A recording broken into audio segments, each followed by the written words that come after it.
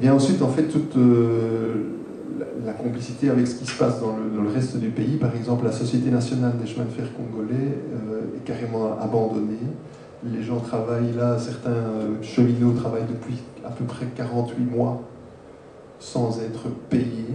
Ils continuent à aller travailler. Mais en fait, ça arrange bien tout le système parce qu'évidemment, on peut difficilement, par une société nationale de chemin de fer, ne pas savoir quelle quantité de minerai est exportée. Donc ça n'arrange personne, ça n'arrange pas les trafiquants d'uranium de travailler avec la SNCC.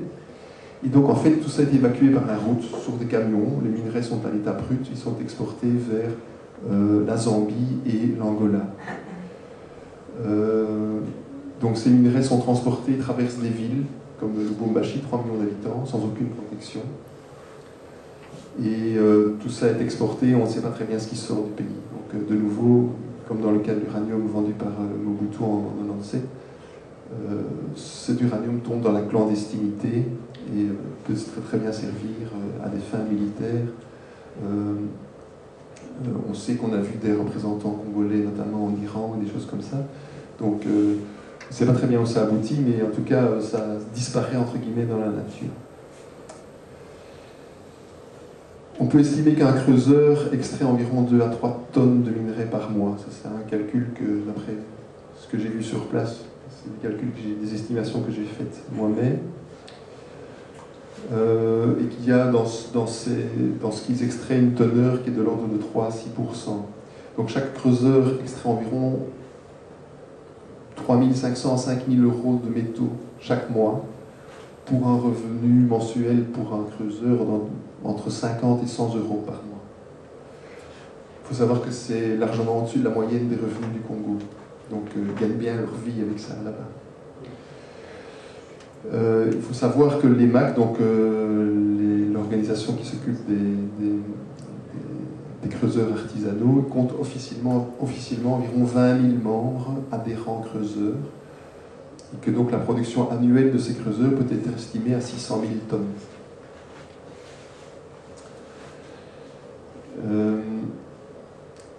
Au niveau de l'exposition de ces mineurs, si on estime qu'ils travaillent 8 heures par jour, 6 jours par semaine, c'est souvent beaucoup plus et c'est souvent 7 jours par semaine, ils ont une exposition qui varie suivant l'endroit où ils travaillent entre 2 à 32 millisieverts par an. Il faut savoir que la norme pour un citoyen normal est de 1 millisievert par an, donc ils ont eu... Ça c'est la norme, le grand maximum à ne absolument pas dépasser. Voilà.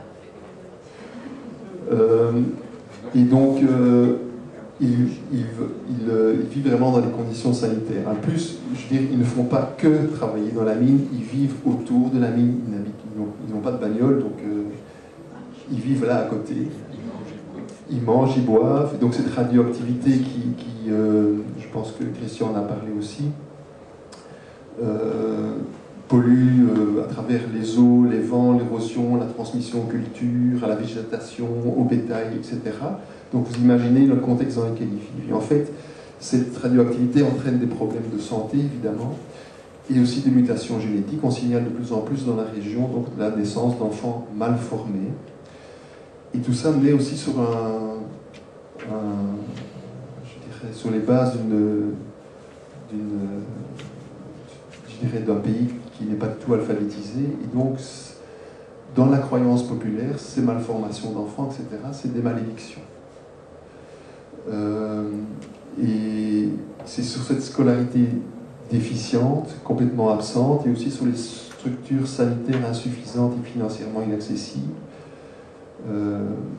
qu'on peut construire ce type de mythe, et que donc attribuer ces problèmes à la sorcellerie et à la malédiction. Et c'est vraiment, je pense qu'aujourd'hui on est dans la journée où aussi les indignés sont ici à Bruxelles, et où il y a cette révolte qui apparaît par rapport à tout un système. On est clairement ici face à toute une machine où tout est, je dirais, est organisé pour faciliter ce type de trafic. La société des chemins de fer qui est laissée à l'abandon, les douaniers qui ne sont pas payés ou mal payés, les douanes également, l'enseignement qui ne fonctionne pas, la santé qui ne fonctionne pas, doivent parfois faire 450 km pour aller à l'hôpital le plus proche. Les gens qui ne sont pas informés. Tout ça fait un système de notre manière de fonctionner aujourd'hui dans le monde qui fait que ce type d'exploitation de l'homme est possible.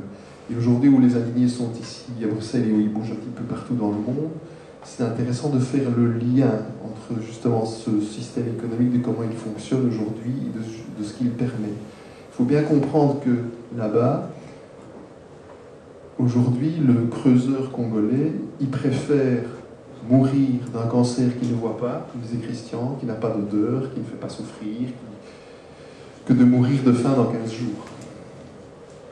Et donc, ils sont vraiment dans ce choix, devant ce choix, et ce qui se passe là-bas est insupportable. Il faut savoir que certains ministres, aujourd'hui, belges, sont actionnaires de ces mines du Katanga. Je ne vais pas les citer, je vous dirai tout à l'heure si vous le voulez.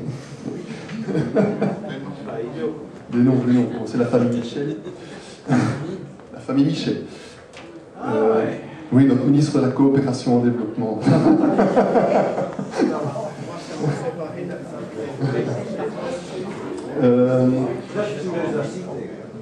Et donc je crois qu'aujourd'hui, aussi en hommage aux indignés qui sont là, et je crois qu'il est aujourd'hui important de lancer une information, de sortir de cet obscurantisme, vraiment pour triompher de l'absurde au nom des valeurs humaines les plus élevées.